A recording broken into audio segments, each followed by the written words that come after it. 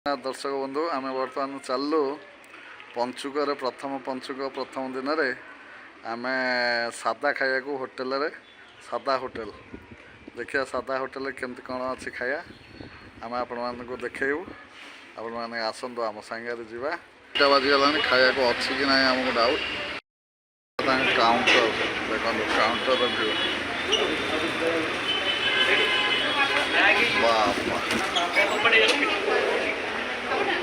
लोक देखो लोक जगह ना आप जयदेव जब आसुँच ठीक भारत पेट्रोल पंप क्रॉस करेंगे क्रॉस कलापर आप लेफ्ट साइड आपको होटेलटा पड़े बहुत जल्दी आम खाଇବା आसीगला देखिए खाई केमती टेस्ट अच्छी कौन अच्छी आसते देखिए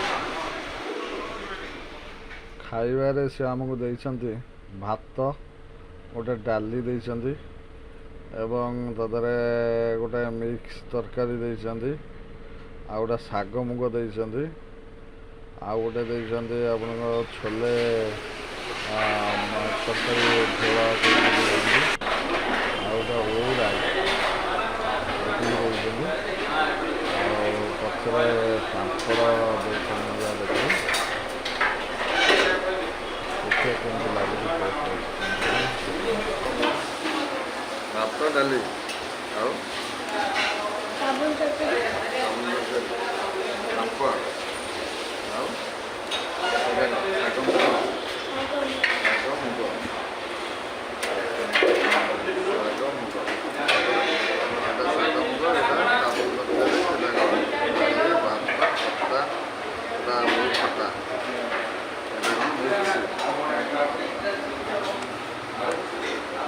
पनीर पनीर बटर आसला खाइलु जे खाया एत थर्ड ग्रेड खाया जीवन मुझे देखी कौन गोटे जिनसर क्वालिटी ना खाया संपूर्ण बंद खाली ना बड़ तो खाद्य किसी माने टेस्टी ना कौन जिन टेस्टी ना ना रख क्वालिटी क्वांटिटी दौरान सब ठीक अच्छे किंतु क्वालिटी रे पूरा खराब गोटे चिप्स मिलছে देखो ये चिप्स पूरा सेतरा तो खाई हो गोटे लातर दे हो ना ये कर ये चिप्स देखो एटा चोबे चोबे खाने चिप्स हाँ बुझे जिनस गुड़ा दौरान क्वालिटी मेन्टेन कर आप एत ना अच्छी कितु आम से भरसा आसू खाइले ये जिनस गुड़ा खाई हो आम गोटे छोट छुआ मागिला जिनस देखो तर ना भालू ना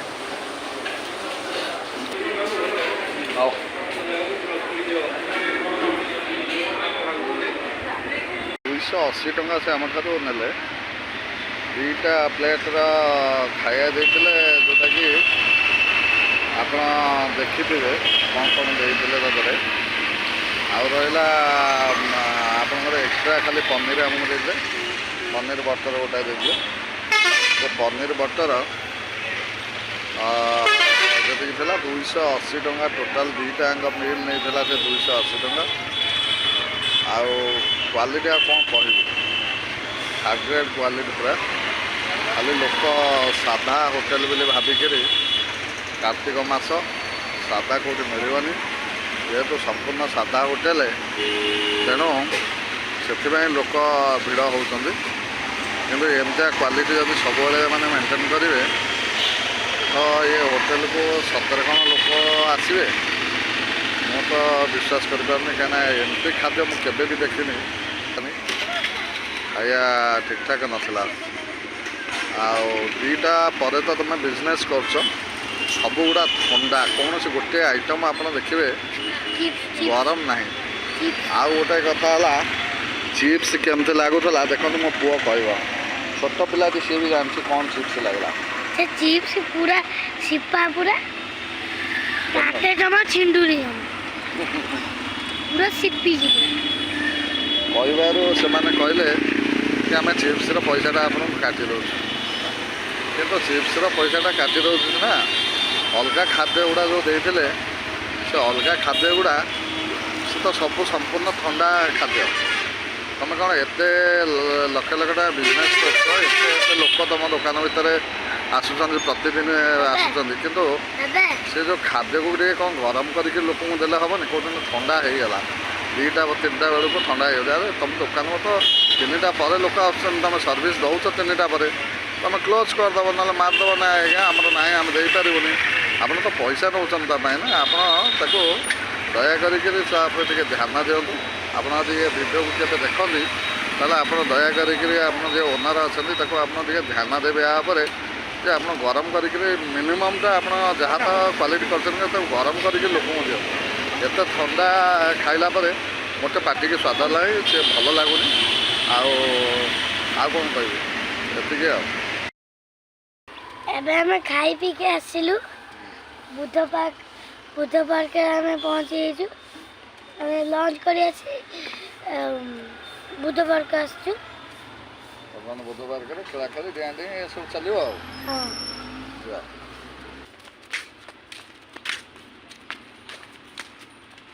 ଧନର ଫାଙ୍କା ଅଛି ବୋଲି ମନ ଖୁସି, କେଉଁଟା ଖେଳିବ ବୋଲି ସେ ବାୟା ହେଇଗଲାଣି, କେଉଁଥିରେ ଖେଳିବ, କେଉଁଟାରେ ସେ ଖେଳିବ। ବର୍ତ୍ତମାନ ବାବା କେହି ପିଲା ଆସିନାହାନ୍ତି, ଗୋଟେ ପିଲା ଆସିଛନ୍ତି, ସେ ବର୍ତ୍ତମାନ ଦୌଡ଼ିଲା ତା ଉପରକୁ, ଦେଖନ୍ତୁ।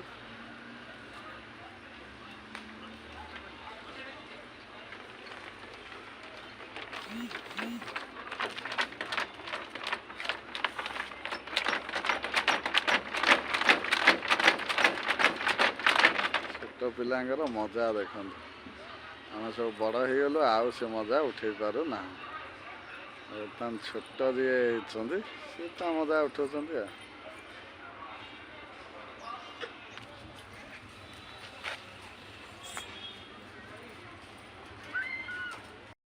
ଆଗରୁ ମୁଁ ଏ ବୁଦ୍ଧ ପାର୍କରେ ଯୋଗ କରିବାକୁ ଆସେ ସକାଳୁ, ଆଉ ସମୟ ନାହିଁ, ବୟସ ବଢ଼ିବା ସାଙ୍ଗରେ ଫ୍ୟାମିଲି ଟେନସନ୍ରେ ଆଉ ବୁଦ୍ଧ ପାର୍କ ଆସି ହେଉନି ସକାଳୁ। ଖରା ଜୋରେ ହେଉଛି, ଚିକଚିକ ହେଉଛି, ଯେହେତୁ 3ଟା 3:30 ହେଇଛି ବର୍ତ୍ତମାନ। ଟାଇମ୍ ଦେଖନ୍ତୁ, ବଢ଼ିଆ ଭିଉ, ବଢ଼ିଆ ହେଇଛି ବୁଦ୍ଧ ପାର୍କ। ସବୁ ପ୍ରକାର ଜିନିଷ ଅଛି, ଦୋଳି ଅଛି, ପିଲାମାନଙ୍କର ଖେଳିବା ପାଇଁ, ଦୌଡ଼ିବା ପାଇଁ, ଡେଇଁବା ପାଇଁ ସବୁ ପ୍ରକାର ଜିନିଷ ଅଛି। ଏ ଏରିଆରେ ଗୋଟେ ବଡ଼ ପାର୍କ କହିଲେ ଚଳେ। ଆଗରେ ମଧ୍ୟ ମାଛ ଫାଛ ସବୁ ଅଛି, ସେଗୁଡ଼ାକୁ ବି ଦେଖିପାରିବେ ଆପଣ।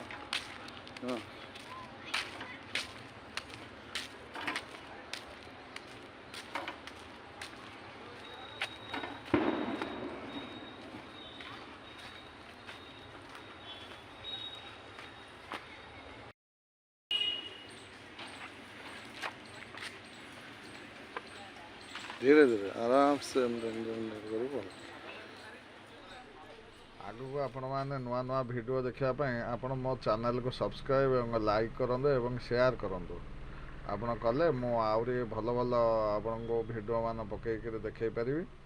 ଜୟ ଜଗନ୍ନାଥ, ଜୟ ଜଗନ୍ନାଥ, ଜୟ ଜଗନ୍ନାଥ। ରହିଲି।